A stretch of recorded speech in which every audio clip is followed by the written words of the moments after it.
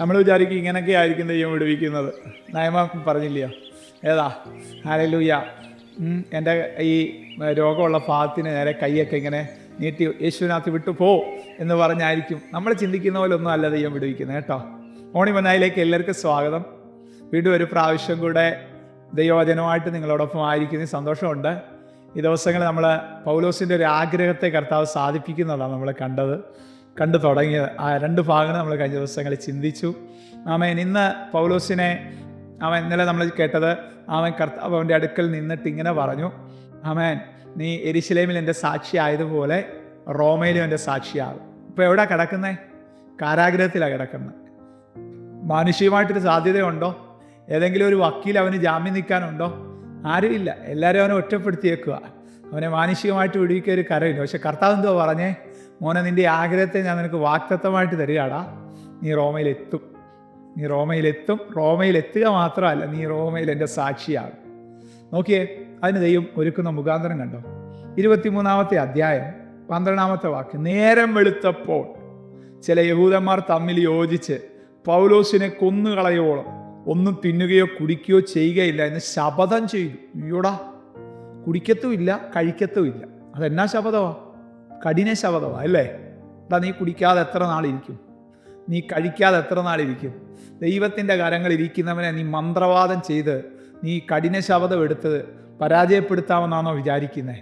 നീ എടുക്കുന്ന കഠിന ശപഥത്തിലൂടെ തകർത്ത് കളയാൻ ഒരുക്കിയ പദ്ധതി സ്വർഗം ലീക്കാക്കാൻ പോവാ. ലീക്കാക്കിയിട്ട് ആർക്കാ കൊടുക്കുന്നതെന്നറിയോ? പൗലോസിൻ്റെ പെങ്ങളുടെ മകനാണ് കൊടുക്കുന്നത്. ഹല്ലേലൂയ. പൗലോസിന് കാരാഗ്രഹത്തിനകത്ത് പുറത്തു വരാൻ പറ്റത്തില്ല, പക്ഷേ പുറത്തുള്ളവർക്ക് ആ കാരാഗ്രഹത്തിനകത്തോട്ട് ചെല്ലാൻ പറ്റും.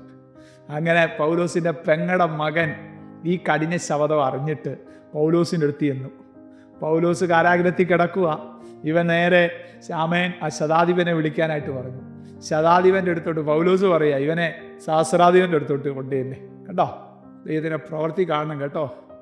അവർ പോലും അറിയാം. നോക്കിയേ, മാനുഷികമായിട്ട് ഇത് ലീക്കാകാൻ എന്തേലും സാധ്യതയുണ്ടോ? ഈ പൗലോസിൻ്റെ പെങ്ങളുടെ മകൻ ഇവരുടെയൊക്കെ അടുത്ത് പോകേണ്ട ആവശ്യമുണ്ടോ? ആമേൻ. എനിക്ക് തോന്നുന്നു അതിലേക്കൂടെ വല്ലതും നടന്നതായിരിക്കും. അന്നേരം പൗലോസ് എന്നുള്ള ശബ്ദം കേൾക്കുന്നത്. എന്തുവാണെന്നറിയാൻ ചെന്ന് നിന്നപ്പോൾ കേൾക്കുക, അവനെ ഒടുക്കിക്കളയണം കേട്ടോ, അവനെ കൊന്നുകളയണം. അവനെ നമുക്ക് ഈ ന്യായാധിപ സംഘത്തിന് മുമ്പിലോട്ട് പോകുന്ന രീതി കൊണ്ടുപോകുമ്പോൾ അവനെ അവിടെ എത്തുന്നതിന് മുമ്പ് അങ്ങ് തീർത്തേക്കണം. എടാ കുഞ്ഞേ, നീ എത്ര പരിപാടി വിചാരിച്ച് നടക്കുകയല്ല. കാരണം ഇവൻ്റെ കണക്ഷൻ ആരുമായിട്ടാണെന്നറിയാവോ? സ്വർഗവുമായിട്ടാണ്. പ്രിയ ദൈവവൈദ്യരെ, സ്വർഗവുമായിട്ട് നിനക്കൊരു കണക്ഷൻ ഉണ്ടോ? സ്വർഗവുമായിട്ട് നിനക്കൊരു ബന്ധമുണ്ടോ? എങ്കിൽ പറ, ധൈര്യമായിട്ട് പറ, ഇതിനകത്ത് ഞാൻ പുറത്തു വരും. ഈ കാരാഗ്രഹം എൻ്റെ അവസാനമല്ല. എൻ്റെ ആഗ്രഹത്തെ വാക്തത്വമായിട്ട് തന്ന ദൈവം എന്നെ റോമയിലെത്തിക്കും. ആമേൻ. ഹല്ലേലൂയ. കണ്ണടയ്ക്കാം, പ്രാർത്ഥിക്കാം.